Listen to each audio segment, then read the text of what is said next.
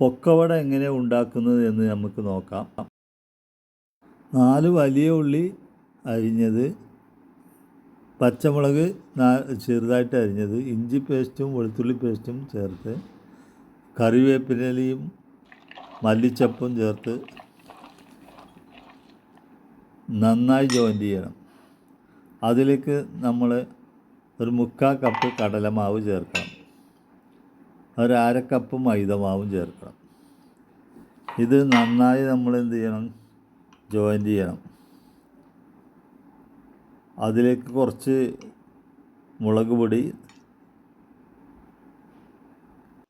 2 teaspoon chicken masala, 1/2 teaspoon garam masala, ഒരു pinch അപ്പക്കാരം.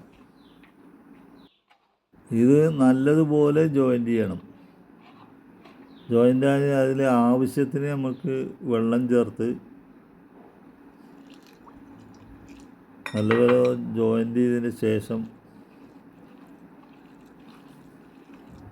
നല്ലപോലെ joint ചെയ്യണം. അതിന് ശേഷം ഇത് 1 മണിക്കൂറോളം നമ്മൾ റെസ്റ്റ് ചെയ്യണം. ഇതുപോലെ വെക്കണം. ഒരു ചട്ടി അടുപ്പത്ത് വെച്ച് ഇതുപോലെ ടീസ്പൂൺ കൊണ്ട് നമുക്ക് കോരിയിടാം.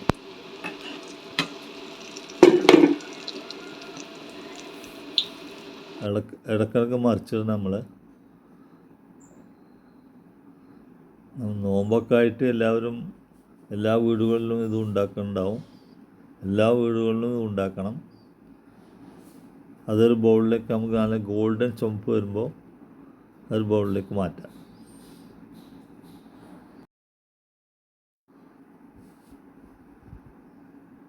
അങ്ങനെ ഇതിന് പക്കവട എന്നും ചില ആളുകൾ പറയുന്നുണ്ട്. പൊക്കവട, നമ്മളിവിടെയൊക്കെ പൊക്കവട എന്ന് അധികം ആളുകൾ പറയുന്നത്.